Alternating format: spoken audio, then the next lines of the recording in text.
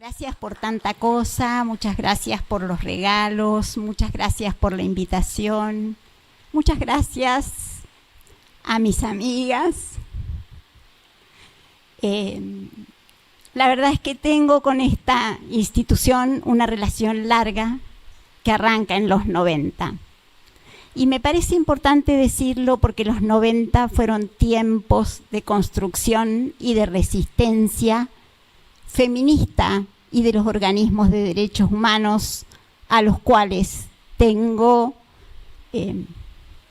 la insistencia de pertenecer. Pertenezco a esos espacios de lucha desde hace muchísimos años y en todo caso, si mi trayectoria es complicada, es porque soy vieja. Y la gente a lo largo de los años hace muchas cosas. Y yo creo que si tengo algún mérito, mi único mérito, es la coherencia.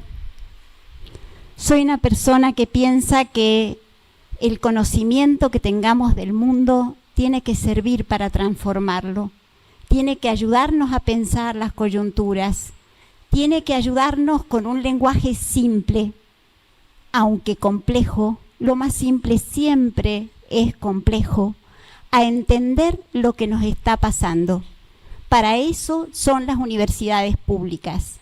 Nosotros y nosotras somos hijos, hijas, hijes de la universidad pública, de esa maravilla que es poder estudiar sin ser privilegiados. Entonces me parece que como intelectuales públicos tenemos la obligación de pensar este momento que, como hubiera dicho alguien a quien yo le tengo un enorme amor, Walter Benjamin, es un instante de peligro, realmente lo es. Entonces me gustaría con ustedes pensar este asunto de qué cosa es la democracia, ¿no? ¿Qué cosa entendemos por democracia? ¿De dónde arranca la idea de democracia que tenemos? ¿Cuáles son las dificultades que tenemos nosotros como personas racializadas, como personas que somos colonizadas? Porque la forma como la Argentina resolvió el tema de la racialización es a través del blanqueamiento. Así que acá hay mucha gente blanquita que no es tan blanquita. Si me van perdonando un poquito para empezar. Bien. Totalmente lo digo por mí y por mis ancestras ranqueles. Entonces, me parece que necesitamos pensar qué cosa sea la democracia. Necesitamos pensar cómo se construyó esa idea de democracia. Y cómo se construyó en nuestros países. ¿Cuáles son las raíces teóricas, las raíces políticas, los dilemas de esta idea de democracia?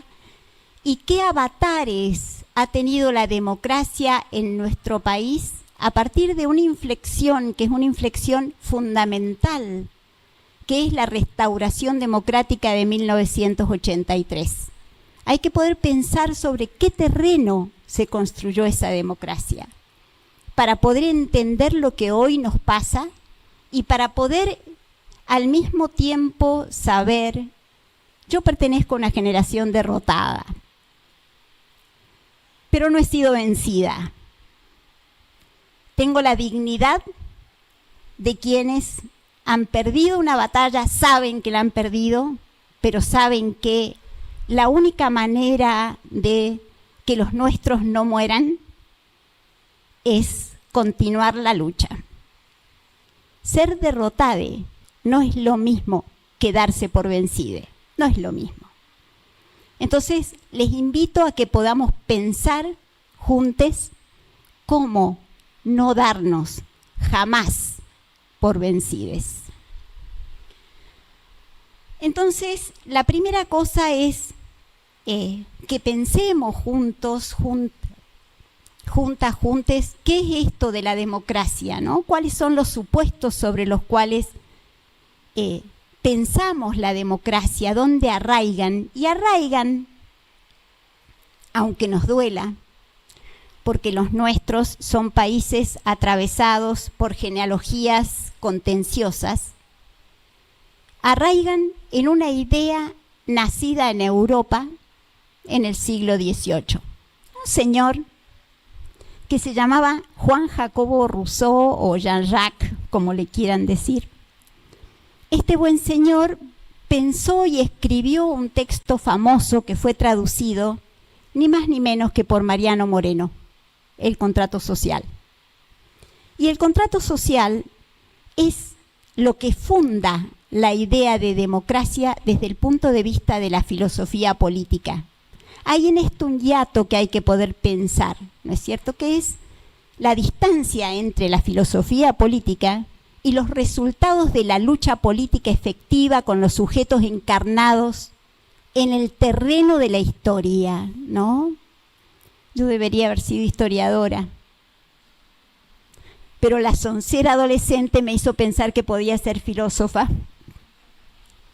No importa. Igual me las arreglé para hacer historia. Entonces, lo que dice Rousseau es algo muy interesante porque sirve para pensar esta coyuntura. Rousseau dice que la democracia es un sistema en el cual existe una norma a partir de la cual es posible regular el abuso. La democracia no impide el abuso, pero lo regula. Una sociedad democrática es, dice Rousseau, una sociedad en la cual nadie sea tan rico como para poder comprar a otro, otra para Rousseau no existía, ya vamos a ver por qué. Ni nadie tan pobre como para venderse. Esa es la democracia en la que pensaba Rousseau. Rousseau pensaba que en la democracia había un pacto de constitución del pueblo. La soberanía, según este amigo, residía en el pueblo, en el acto por el cual un pueblo es un pueblo y es depositario de eso que él llamaba la voluntad general. Esa voluntad general es muy distinta del pacto de delegación de la autoridad, que es un momento diferente y posterior. Y me parece que no es una soncera decir esto, porque esa es la razón por la cual los textos de Rousseau estaban prohibidos, porque es precisamente lo que habilitaba el derecho de rebelión y de insurrección. Cuando Moreno traduce eso, no es porque le gustara traducir del inglés un texto francés, sino porque veía la utilidad política que ese texto tenía para salir de la situación de sujeción colonial, reivindicar el derecho que teníamos nosotros, colonizados, las Provincias Unidas del Sur, ¿no es cierto?, lo que después se va a constituir como las Provincias Unidas del Sur, de gobernarnos a nosotros mismos. La idea contractualista de democracia incluye esos elementos progresivos, pero incluye también elementos fuertemente regresivos. ¿Cuáles son esos elementos regresivos? La idea de que un ciudadano es un sujeto formalmente igual a otro. La idea de igualdad formal, la idea de igualdad jurídica, es la base de la idea burguesa de democracia. Porque en realidad Rousseau escribe un texto muy interesante, que yo he leído muchas veces y que enseño de manera contumaz, que es el Emilio. El Emilio tiene un 5º capítulo que se llama Sofía, donde Rousseau muestra cómo hay que educar al ciudadano y domesticar a las mujeres. Esa domesticación implica privar a las mujeres de la libertad, del derecho a intervenir en el espacio público. Mujeres privadas, varones públicos. Si la democracia tenía un sentido emancipatorio en el proceso, en el periodo ascendente de las revoluciones burguesas, empezó a tener pronto un sentido sumamente restrictivo. Y la democracia fue para los varones blancos, burgueses, letrados. Es decir, afuera quedamos la tendalada, por decirlo de alguna manera, ¿no es cierto? Quedamos, también hay que decir, y lo digo con bastante encono, porque también nuestra formación muchas veces nos priva de esos conocimientos, que la democracia fue durante muchísimo tiempo compatible con la esclavitud y la servidumbre. Los franceses mantuvieron el Code Noir, que consideraba a las personas afros como cosas. Y Estados Unidos, ustedes saben que mantuvo la esclavitud hasta mediados del siglo XIX, avanzado el siglo XIX. Entonces, la democracia, a esta altura del partido, podemos decir, es un espacio de lucha política y de lucha por la ampliación de esa democracia. Las clases dominantes lo tienen muy claro a eso, ¿no es cierto? Y constantemente buscan restringir libertades y derechos. Si nosotras pensamos en el proceso ascendente de la revolución, vamos a ver en ese proceso a afros, a personas indígenas nativas de nuestra América, ¿no es cierto? Vamos a ver mestices. Todo eso desaparece de la escena republicana de nuestros países con la consolidación de las repúblicas burguesas. Entonces, me interesaba decir esto porque si no, una tiene una idea abstracta de democracia, ¿no es cierto? La democracia es un orden consensual y es un orden en el cual se garantiza que no haya abusos. ¿Se garantiza? Ahí estamos en un problema, ¿no? Porque sí, en los procesos hay que poder ligar las democracias existentes realmente a los procesos históricos y sociales, ¿no? Y no es lo mismo 1810 que 1816, ni 1816 que 1853, ni 1853 que 1885, ¿no? ¿Y por qué me interesa 1885? Algo de la maldad hay en mí, pero también algo de traer al presente ese pasado ominoso, porque es un pasado ominoso. La generación del 80 se presentaba a sí misma como la portadora de la civilización. Si una mira las marcas materiales en el territorio, una advierte que este país se soñó europeo. Este país se soñó la Europa de la América del Sur. Por eso Sarmiento y muchos otros, ¿no es cierto?, promovieron la inmigración europea sin darse cuenta que en esos barcos venían proletarios y proletarias. Y que esa gente hizo otra cosa, porque no eran solamente manos, eran manos y cabezas. Y repartieron con buen gusto y generosidad las ideas socialistas y anarquistas en estas tierras. Y eso también es parte de nuestra herencia, y eso es maravilloso. Roca tenía un par de ideas que han persistido a lo largo del tiempo. Si ustedes piensan en las mujeres del 900, una se cansa de ver fotos de señoras emperifolladas, ¿no?, paraditas como si nunca hicieran nada, porque estaban hechas para eso esas mujeres, para la reclusión doméstica, para parir hijos, ¿no? Algunas para parir hijos para gobernar este país, otras para parir hijos que iban a terminar siendo brutalmente explotados, para parirlos sin haber deseado, para parirlos sin haberlo decidido, porque muchas de nuestras madres son indias violadas. Y esa es una cosa que hay que considerar. Este país tiene esa herida brutal. Tiene la herida de la violación, tiene la herida del genocidio. De ese genocidio cuyas prácticas se prolongaron con mi generación y pueden volver pueden volver. Parte del consenso democrático de inicios de los 80 fue nunca más. Hay que sostenerlo. Entonces, en esta narrativa un poco rápida, no quiero dejar pasar esto del genocidio, de ese primer genocidio, porque tendemos a ignorarlo. Las calles de Mendoza, mi ciudad es también una ciudad de frontera, las calles de Mendoza están llenas de nombres de genocidas y nadie se lo pregunta, porque esos genocidas son los próceres de la patria, o las coagas, famoso por juntar orejas de indios.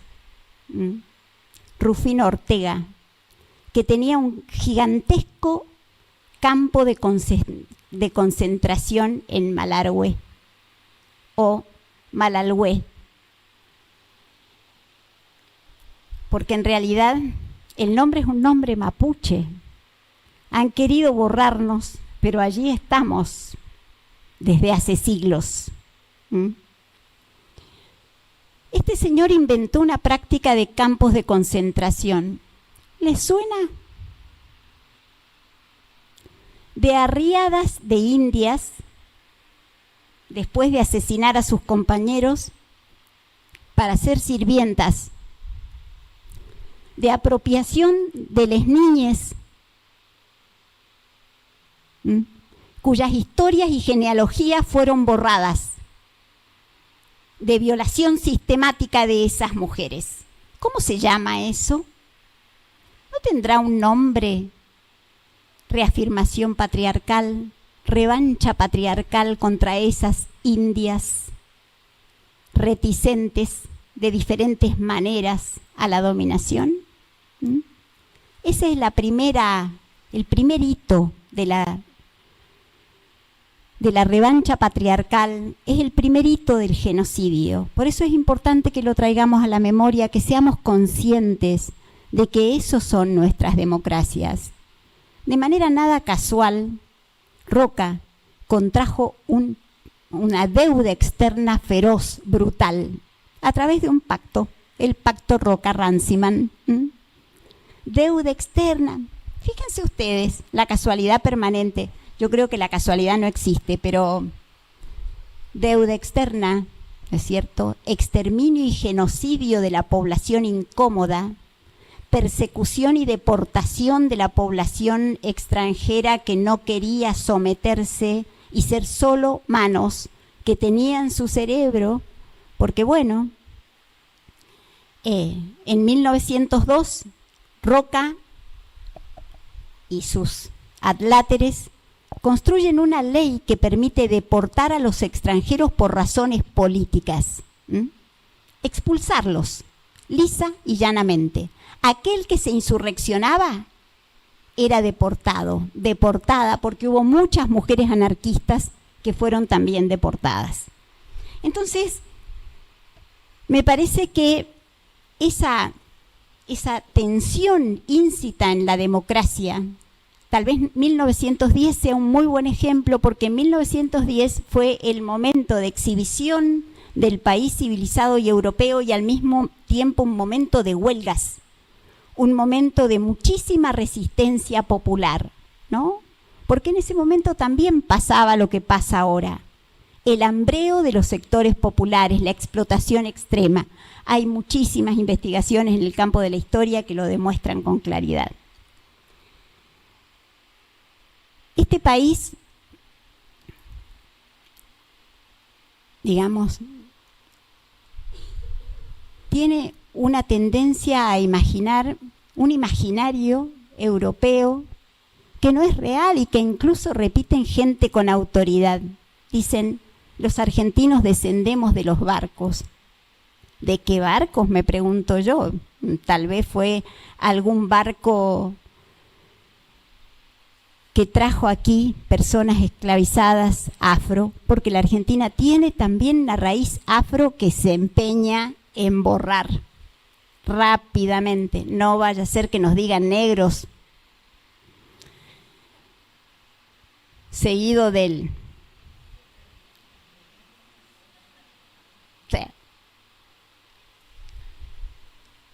entonces ese imaginario más la idea de progreso fue construyendo la idea de la excepcionalidad argentina.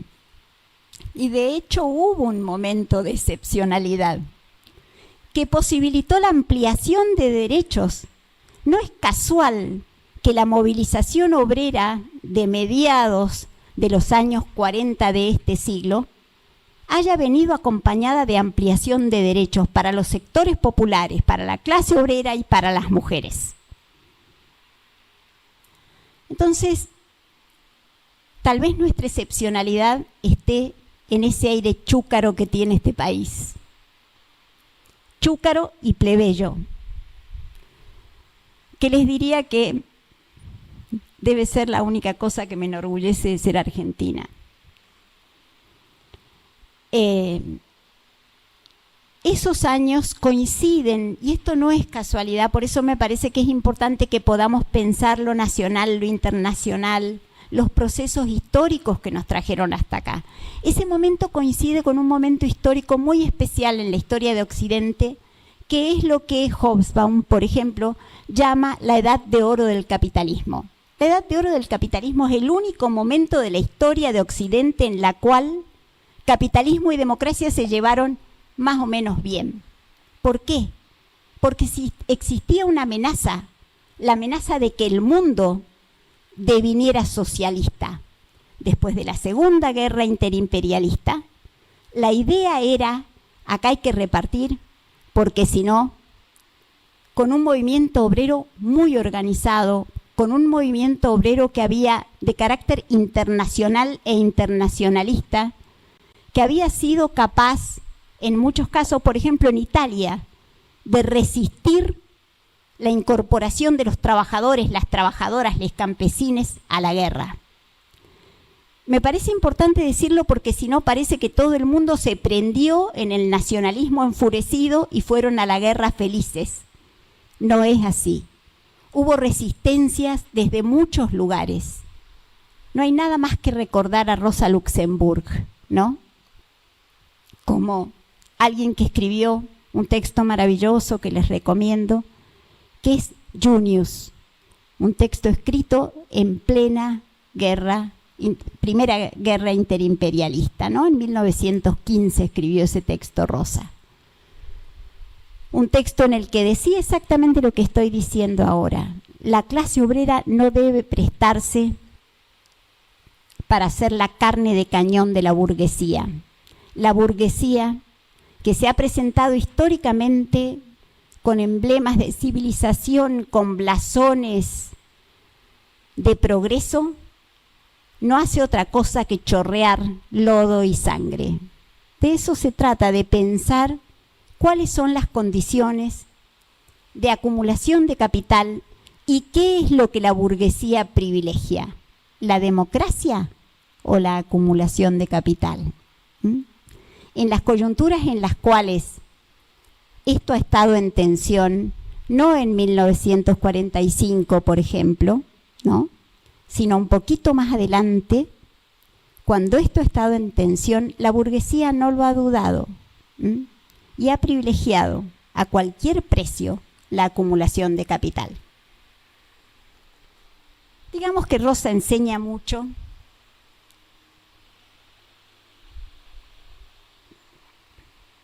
Por vicio de profe vieja, voy a indicar un par de textitos, si me disculpan. Hay un texto muy hermoso que se llama Introducción a la Economía Política. Es un texto que fue publicado aproximadamente en 1915 y es la compilación de las clases de economía política que Rosa daba a los mineros del Ruhr, ¿no? Rosa tenía muy claro que la educación política y la educación en economía política de la clase obrera era un objetivo fundamental. De la misma manera que tenía muy claro por qué no aceptar la división sexual del trabajo de la burocracia de la Segunda Internacional. Ella y Clara Zetkin tenían muy acordado entre ellas cómo proceder respecto de ese asunto, ¿no? cómo organizar a las trabajadoras y cómo no quedar recluidas en los espacios en los cuales era muy difícil participar de las decisiones de la Segunda Internacional. Ella, Clara, Alexandra Kollontai, todas ellas sostuvieron la lucha por la paz, por el internacionalismo. Fueron las compañeras de Lenin, fueron quienes el 24 de enero se cumplieron 100 años de la muerte de Lenin. Y no puedo dejar de traerlo a colación, ¿no? El Vladimiro estimaba a las mujeres, sabía escucharlas, sabía tratarlas como iguales. Entonces, bueno, un poquito lo que Rosa muestra es este dilema que a mí me parece importante subrayar, ¿no es cierto? El dilema entre economía y política en las democracias burguesas. ¿Qué pasa? ¿Qué cosas terminan decidiéndose, ¿no es cierto?, cuando está en peligro la acumulación de capital? ¿Qué pasa con los derechos de trabajadores y trabajadoras? En esas coyunturas, a diferencia de la coyuntura esta de los años 50, coyuntura en la cual florecieron los derechos de las mujeres, ¿no es cierto?, la lucha por el derecho al salario del ama de casa, chicas, en los años 60. Eso se discutía ahí. Hay un texto de 1971 de Isabel Larguía sobre el asunto. Isabel Larguía era rosarina, vivió muchos años en Cuba y tiene uno de los textos más interesantes sobre división sexual del trabajo y sobre el derecho que las mujeres tenemos a que nuestro trabajo, considerado invisible, sea considerado como trabajo efectivamente y no como un acto de amor. Por mucho amor que le pongamos, una cosa no quita la otra. Entonces, en ese momento florecieron las rebeliones, en ese momento florecieron los derechos, no es casualidad. Cuando hay posibilidades, oportunidades de transformar el mundo, las primeras que estamos ahí, ¿quiénes somos? Nosotras, tal cual. Cuando aparecen los procesos de contragolpe burgués, ¿quiénes somos las primeras perjudicadas? Nosotras, sí señor, nosotras, sí señora, esas mismas. Entonces, esos años, por eso me parece tan importante considerar esa coyuntura de la edad de oro del capitalismo, porque en ese momento se ampliaron los derechos, fue el momento de ingreso masivo de las mujeres a las universidades. Las universidades argentinas se llenaron de mujeres. Cuando uno piensa en una persona como Alicia Eguren, Alicia nació en los años 30, la compañera de John William Cook. Seguramente todo el mundo sabe quién era John William Cook y pocas personas quién era Alicia Eguren. Pero como soy molestosa voy a insistir sobre Alicia Eguren. O Piri Lugones, que era una gestora cultural de primera línea, una traductora maravillosa. Estas muchachas formaron parte y soñaron con un horizonte de liberación nacional y social. Así se decía en esa época. El horizonte era el socialismo. El horizonte era la descolonización de nuestra América. Esas mujeres participaron de esos procesos. Alicia Eguren terminó en la ESMA, Piri Lugones también. No voy a detenerme en la descripción de los centros clandestinos de detención de este país, porque todos, todas, todes estamos más o menos informados al respecto. Pero sí me interesa señalar que a partir del golpe de 1976, la Argentina pasó de tener un 4% de personas debajo de la línea de pobreza a tener más de un dígito, alrededor de 12% debajo de la línea de pobreza y un 4% bajo la línea de indigencia, algo que no había pasado jamás en este país, por lo menos no en el siglo XX. No solamente eso, la deuda externa aumentó y se multiplicó. ¡Qué novedad, verdad! Una enorme novedad. Y además de eso, estas muchachas, las muchachas de mi generación, fueron encarceladas, asesinadas, torturadas, desmaternalizadas. Y esto me parece un asunto muy importante, porque la dictadura que insistía tanto sobre la importancia de la maternidad privó de su maternidad a miles de mujeres. Son más de 500 lesiges apropiades. 1976, 1885. ¿Habrá alguna relación? Apropiación de niñas, violación de mujeres, la violación como delito de lesa humanidad y como crimen sistemático. No hubo excesos ni errores. Todo parte de un plan sistemático. De la misma manera que la llamada campaña del desierto, a partir de la cual se enriqueció gente como la familia Bullrich.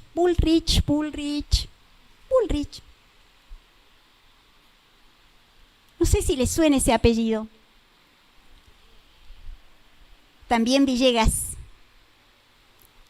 El apellido materno de Macri es Blanco Villegas. Entonces, bueno, un poco marcar eso, marcar que cada vez que la acumulación de capital esté en peligro, y la acumulación de capital en los años 70 se puso en peligro a partir de la crisis del petróleo y de la existencia de un superávit de dinero que fue prestado a los países llamados en vías de desarrollo, pero que a partir de 1979, con el crack de la bolsa, ¿no es cierto?, aumentaron los intereses. Entonces, de deber 4 pasamos a deber 400.000, por decirlo de alguna manera. Entonces, el mecanismo es muy parecido. Endeudamiento que viene acompañado necesariamente de pérdida de derechos.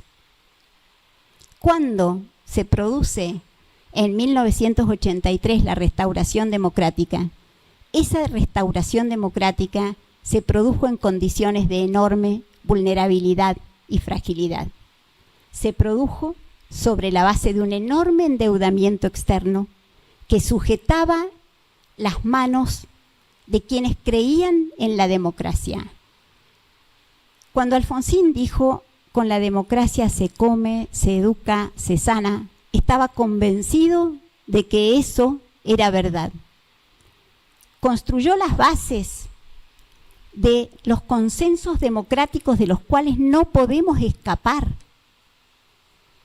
Tengo muchas críticas a la política de derechos humanos de Alfonsín, muchísimas, infinitas.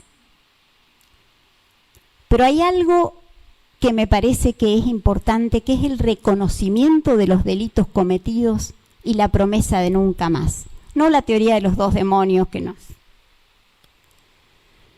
vuelve y vuelve y vuelve. Ahora como teoría de la verdad completa, de la mano de Villacruel. No es un error.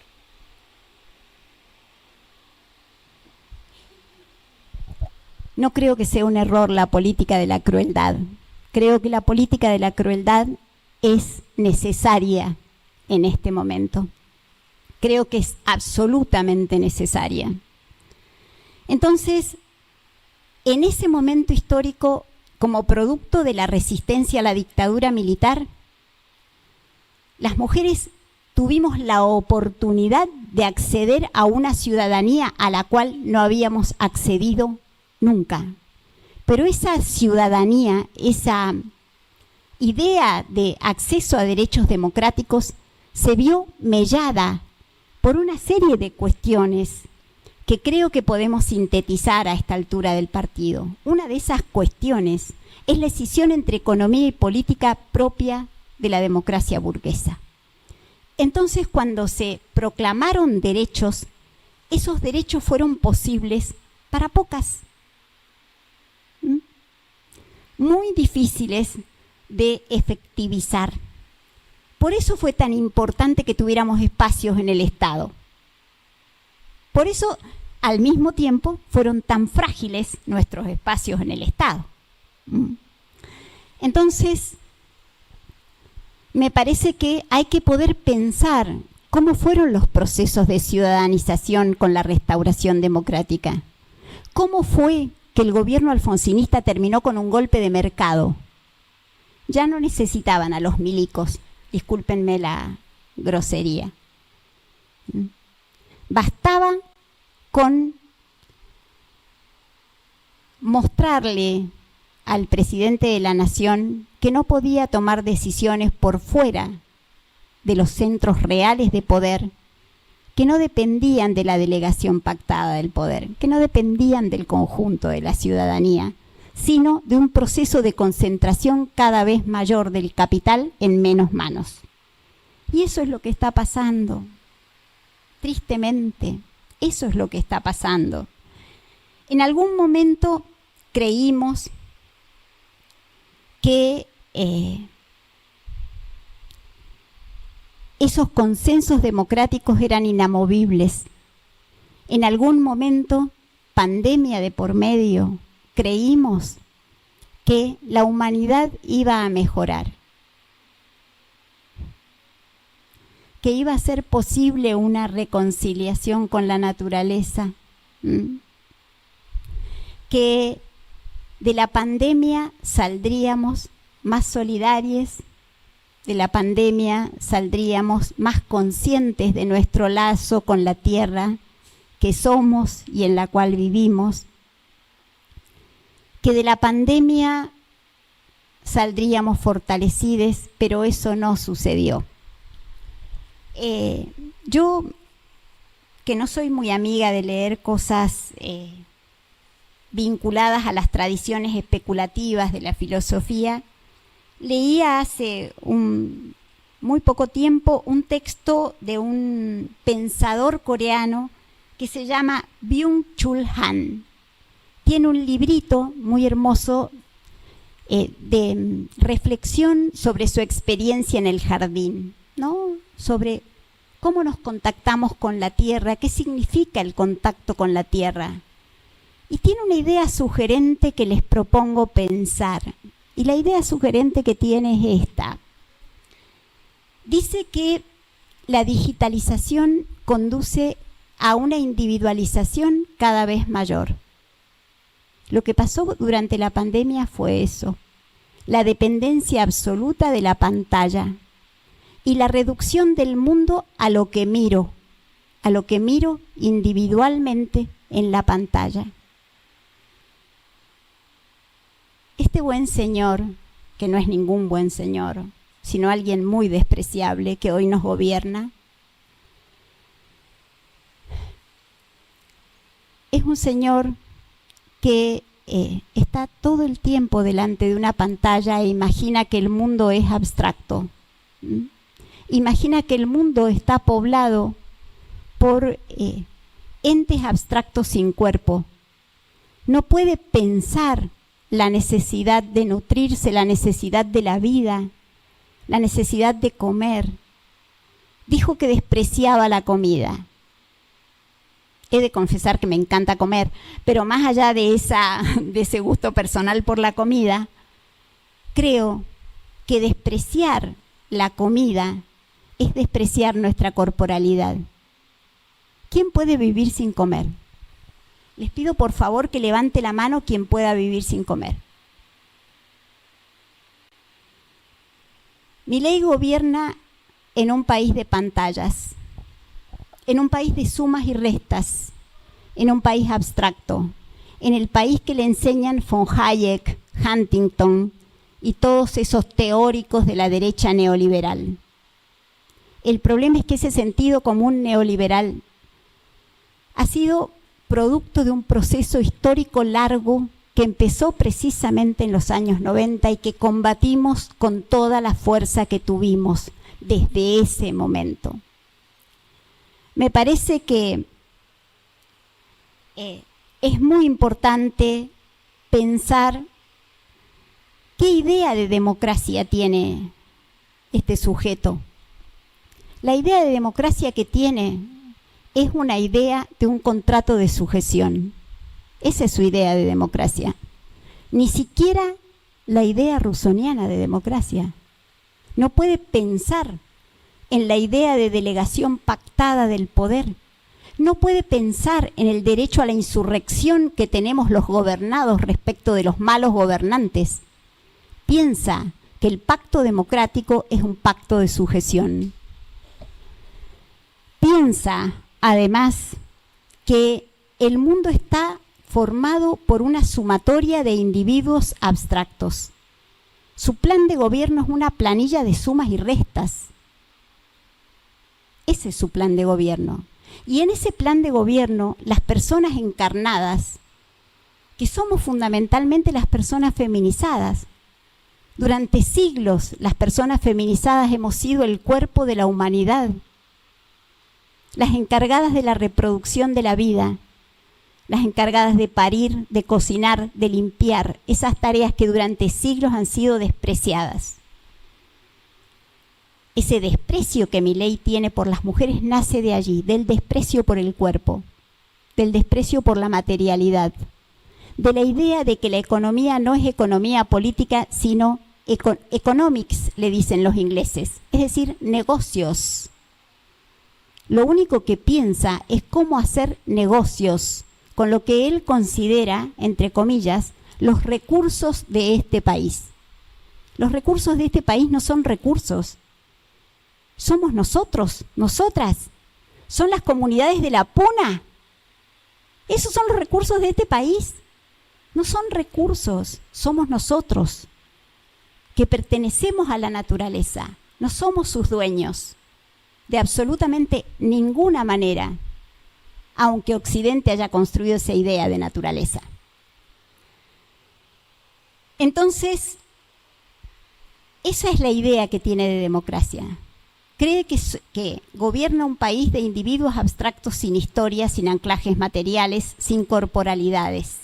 Eso es lo que cree. Y quiere hacer negocios y los va a hacer a nuestra costa. Por eso necesita el aparato represivo que tiene. Por eso la necesita Bullrich.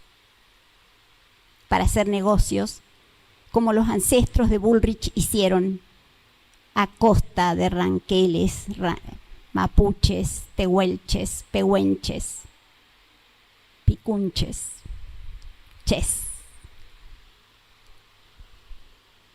Otra de las características de la forma de ver la democracia de nuestro actual gobernante es la supresión de los consensos democráticos preexistentes. Porque esos consensos fueron construidos sobre la base de una idea limitada de ciudadanía. Indudablemente no lo voy a discutir, pero estaban basados en la idea de que la democracia tiene que ver con el consenso, tiene que ver con el derecho a la oposición. Este señor es un monarca que cree que no hay derecho alguno a la oposición. Yo creo que toda esa sumatoria de factores, el desconocimiento de los procesos de reproducción de la vida, el odio a la naturaleza y al cuerpo, deriva en el odio hacia las mujeres. Creo que es un tiempo de revancha patriarcal y creo que ese odio misógino está encarnado no solo en Milei, porque resultaría más sencillo tal vez de decodificar, sino que es un odio que está encarnado en mujeres que no son otra cosa que mercenarias del patriarcado. Muchas gracias, compañeros, compañeras, compañeres.